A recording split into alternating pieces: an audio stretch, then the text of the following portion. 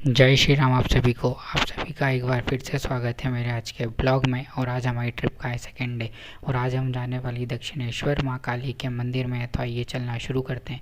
थोड़े ही आगे बढ़ने के बाद हमें नज़र पड़ती है इस प्यारे से खूबसूरत से हरियाली से भरे पार्क में। यहाँ पर एक बहुत बड़ा सा मंदिर भी बना हुआ था जिसमें दर्शन करने के बाद हम थोड़ी देर बैठ जाते हैं पार्क में, क्योंकि इस जानलेवा गर्मी में ये हमें बहुत सुकून का अनुभव दे रहा था। आगे बढ़ के हम चलते हैं घाट पे और घाट पे चलने के बाद ले लेते हैं टिकट। टिकट लेने के बाद हम लग जाते हैं नाव का इंतज़ार करने। और यहाँ पे पहले से ही बहुत भीड़ और इतनी गर्मी हो रही थी कि क्या बताएं। जैसे ही हमारी नाव आती है हम चल देते हैं नाव में बैठने के लिए। और नाव में चलने में भी थोड़ी देर का समय था, तो हम सब लोग बैठ के करने लगते हैं नाव चलने का इंतज़ार। और जब तक नाव चल रही थी हमने सोचा क्यों ना थोड़े वीडियो ही बना लिया जाए।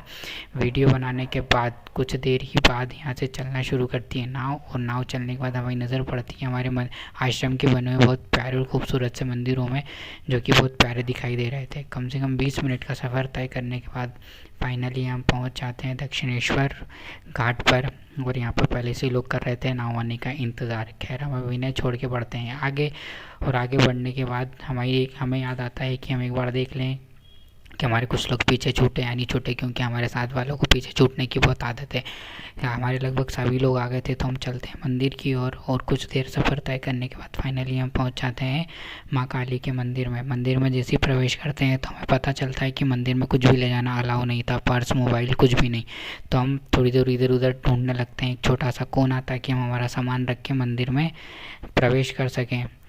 कुछ देर इधर उधर ढूंढने के बाद हमारी नज़र पड़ती है इस जगह पर, जहाँ पर हम हमारा सामान रख के चल देते हैं मंदिर की ओर। जैसे कि मैंने आपको बताया मंदिर में कुछ भी ले जाना अलाउ नहीं था, तो हम सारा सामान रख के जाएंगे मंदिर की ओर। और आपसे मिलते हैं मंदिर से आने के बाद। मंदिर से आने के बाद हमारी मंदिर के बाहर ही बना हुआ था रामकृष्ण देव जी का कमरा। और उनके कमरे के बाहर बना हुआ था एक बहुत बड़ा पार्क, जिसमें उनके 9 शिष्यों की बनी हुई थी मूर्तियाँ। और उसके नीचे लिखे हुए थे उनके नाम एवं कुछ उपाधियाँ। हम जिस को करते हैं हमारे कैमरे में कैद और आगे बढ़ते हैं। आगे ही बढ़ने थोड़ी दूर चलने के बाद हमारी नज़र पड़ती है इस घाट पर। यहाँ पर बहुत सारे लोग नहा रहे थे। उन्हें नहाता हुआ देखकर हमारा भी मन हुआ नहाने का, पर हम नहा नहीं सकते थे। क्योंकि हम हमारे कपड़े होटल के रूम में ही छोड़ के आए हुए थे। खैर हम गंगा जल के छींटे मार के बढ़ते हैं आगे। ये जो सामने दिखाई दे रहा है ये एक बड़ा सा बाज़ार। तो हमें लगा चलो थोड़ी देर हमें आराम करने को मिलेगा, पर नहीं, ये लोग आगे ले जाके पता नहीं क्यों हमें साइड वाली गली से निकाल के आगे लेके चल देते हैं। आगे जाने के बाद एक हमें दिखाई देता है छोटा सा तालाब, और फिर हमें दिखाई देता है एक छोटा सा मार्केट। पर हमारा मन नहीं मानता है, तो हम सोचते हैं चलो क्यों ना इस मार्केट में घूमा जाए। खैर हमारे लायक इसमें घुस था नहीं, तो हम चुपचाप चल देते हैं मंदिर के पीछे वाले गेट से निकल के शारदा मठ की ओर।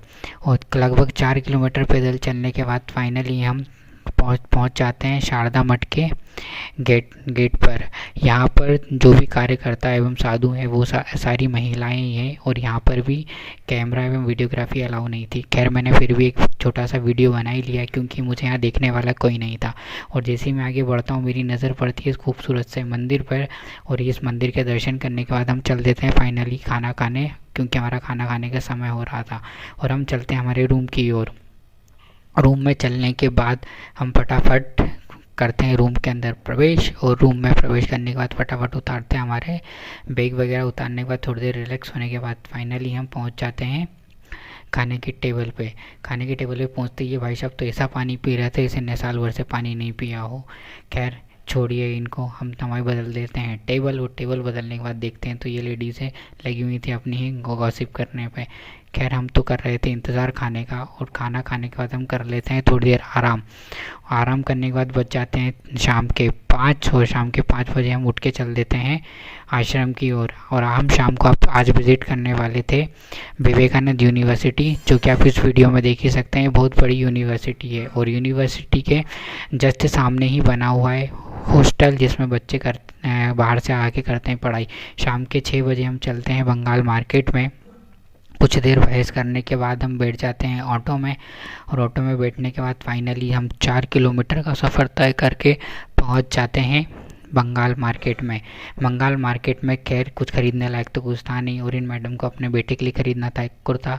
तो हम चलते हैं कुर्ते की दुकान में और कुर्ते का कलेक्शन देखना शुरू कर देते हैं, जिसमें मुझे ये कुर्ता बहुत प्यारा लगा पर मेरे साइज़ का था नहीं, इसलिए मैं ले नहीं पाया। खैर हमारी नज़र पड़ती है वापस से इनके सारे कलेक्शनों पे, और कुछ देर मेहनत करने के बाद हमारी मैडम को एक कुर्ता आता है पसंद, तो हम उसे पैक करवा के चल देते हैं घर की ओर। तो आज का हमारा ब्लॉग यहीं समाप्त होता है और हम कल मिलते हैं एक नए ब्लॉग के साथ। आपको मेरा ब्लॉग कैसा लगा लाइक कमेंट करके बताएं। धन्यवाद।